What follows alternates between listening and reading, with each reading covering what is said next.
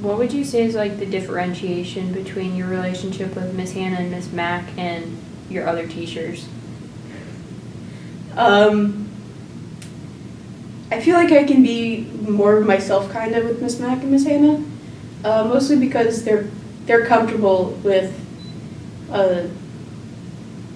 like whatever kind of spaghetti I throw at the wall. Not many teachers are like that, so I kind of appreciate just them being there and open to like creative stuff. Yeah.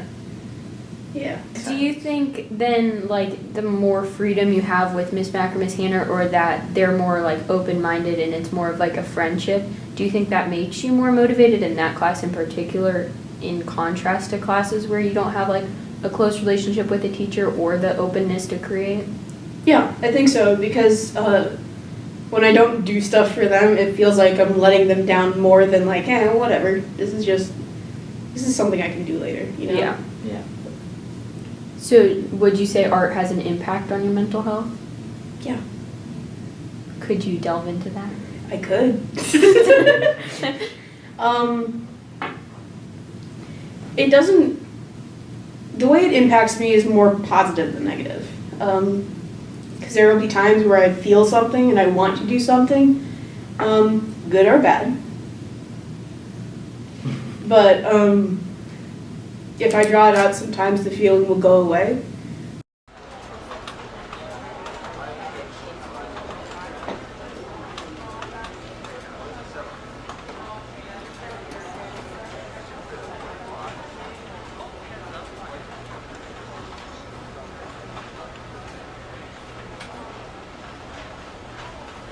Yeah, when I was in high school, it's absolutely hilarious and ironic because I was only into art. That was what I did. I would do pottery classes after school. I would stay after for art clubs, and it was a really good outlet. I think if I didn't have those things, my life would have been different. I mean, it goes without saying that when you're creating something, you're expressing something. So it's just like the nature of what we do. But I think because of that the kids walk into our room, and they know it's an art room, or they know it's a music room, or they know it's a theater room, that they are allowed to express and not feel judged for it.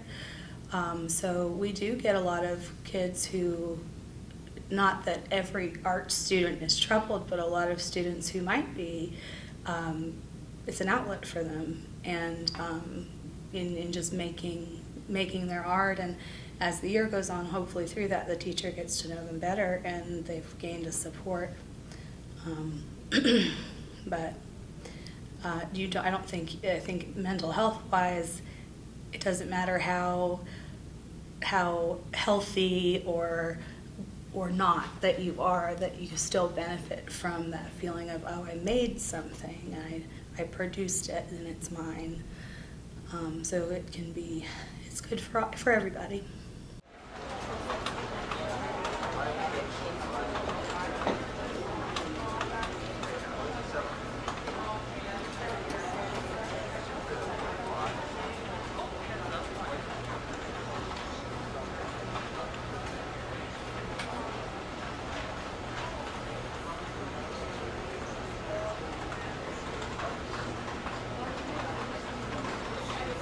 And it's really sad to see because of how capable Miss Hannah is as a teacher and how much she does for her higher level students that she can communicate with.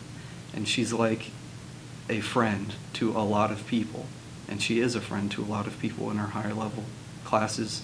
And those are people who want to make a career out of art. And Miss Hannah is not someone who will dismiss them or tell them that they can't do that.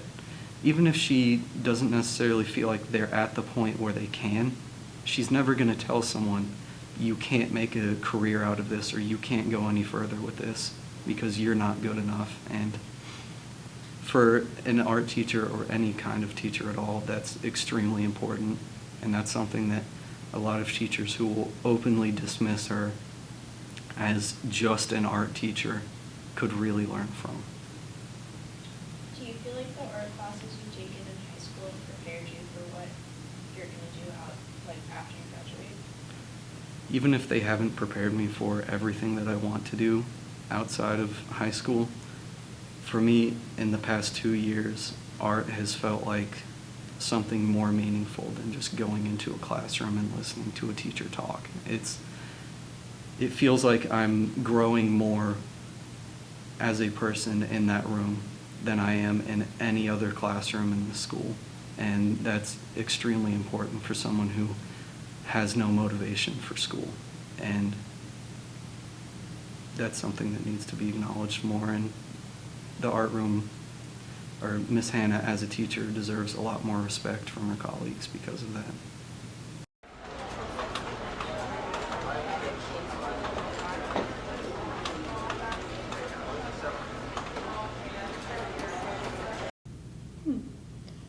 I feel like I try to do the same thing. Like, you know, we all start someplace.